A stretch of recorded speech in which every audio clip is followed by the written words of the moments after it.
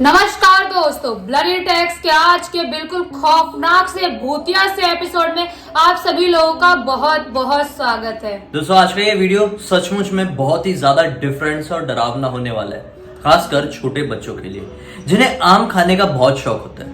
आम खाने का शौक तो बड़े बड़े लोगों को भी होता है, लेकिन अक्सर बच्चे ही ऐसा काम करते हैं कि उन्हें आम खाने की कई बार इच्छा होती है ना, तो घर पे चाहे जितना भी खरीद के आम लेकर आए, उन्हें मजा आता है बगीचे से तोड़कर आम खाने में। दोस्तों कई समय आप लोगों ने देखे होंगे, खासकर गर्मियों में बहुत सारे बच्चे दूसरे लोगों के बगीचे में घुस जाते हैं और आम तोड़ने की कोशिश करने लगते हैं। आज का ब्लडी टैक्स का वीडियो इसी तरह की एक कहानी को आप लोगों के सामने लेकर आया है दोस्तों, जो कि बिल्कुल सत्य घटना है।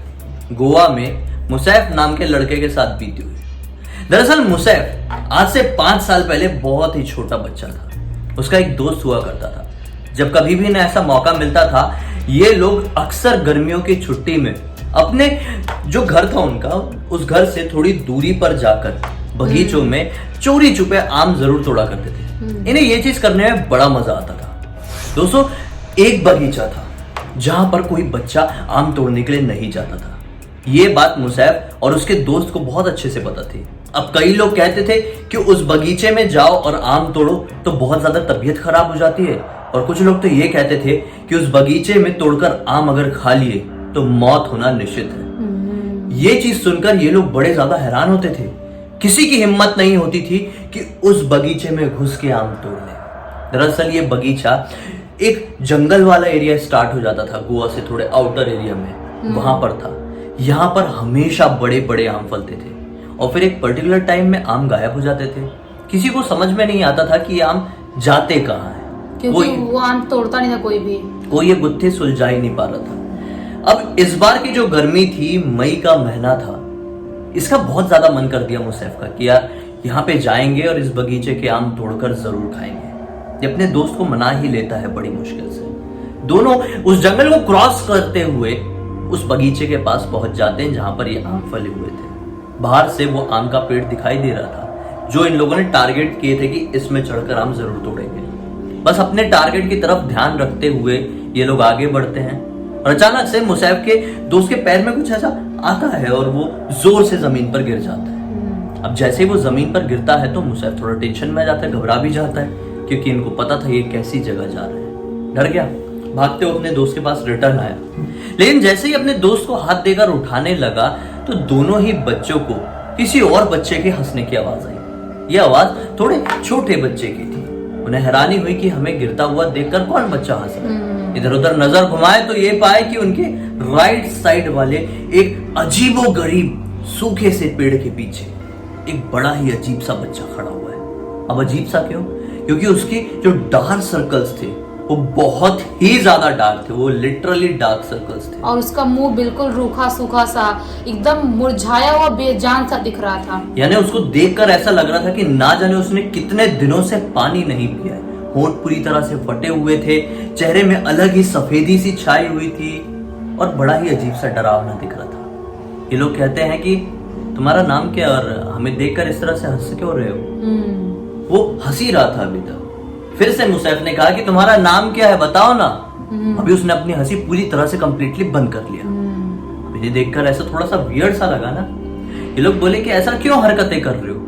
वो उनकी तरफ एक बार देख के और हंसा और फिर चुप हुआ और फिर नॉन स्टॉप भागना शुरू कर दिया। इन लोगों ने देखे कि बड़ा अजीबोगरीब बच्चा था यार, हम देखते हैं। तो वो लोगों ने भी उस बच्चे के पीछे दौड़ना शुरू कर दिया। भागते भागते भागते भागते लगभग 1 किलोमीटर बीत गए।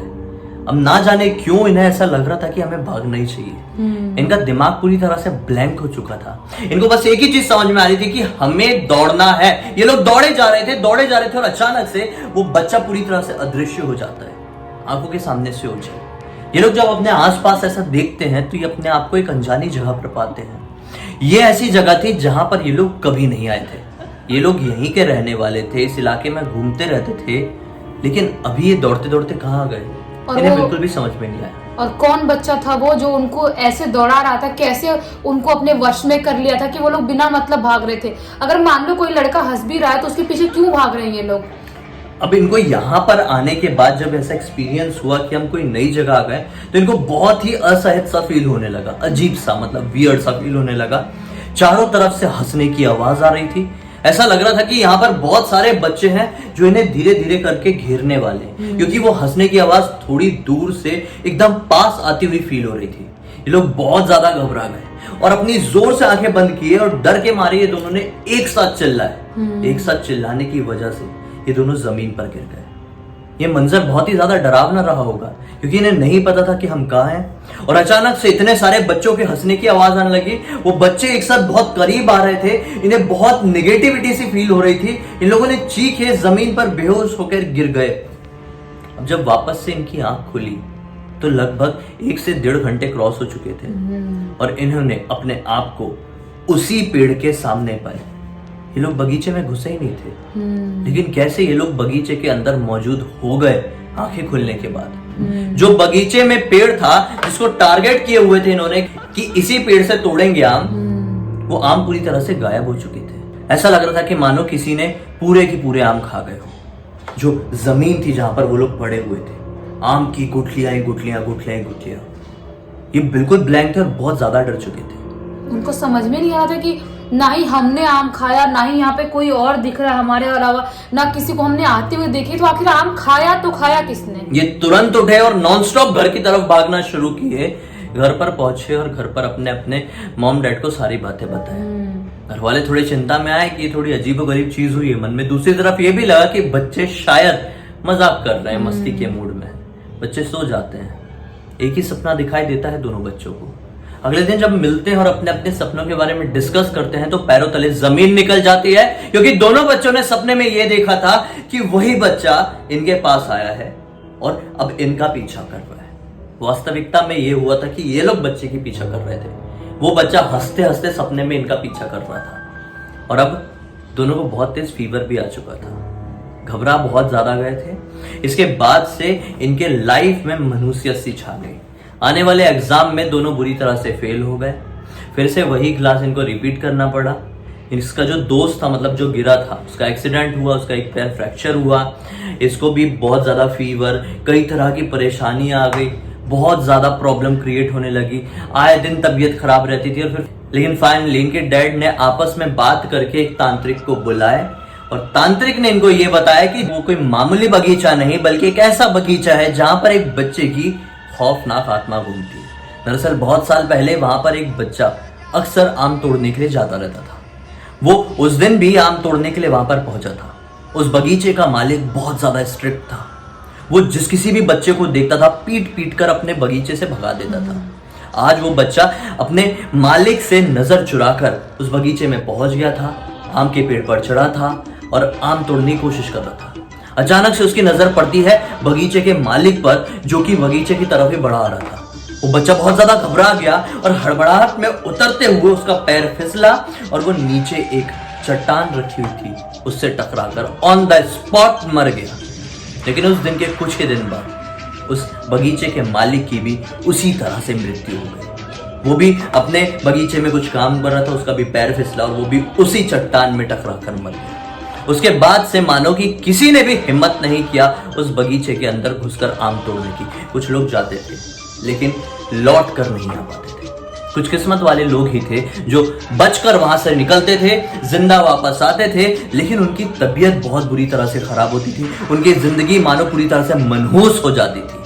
अब उन बच्चों का गुड लक था या बैड लक नहीं समझ सकते, नहीं कह सकते। इन तांत्रिक बाबा ने यह कहा है कि बचना है तो एक ताबीज पहनना पड़ेगा जो मैं दूंगा जिंदगी भर तक, नहीं तो ये जो बच्चा है तुम दोनों की आत्मा अपने साथ लेकर जाएगा, तुम्हारी मृत्यु निश्चित है।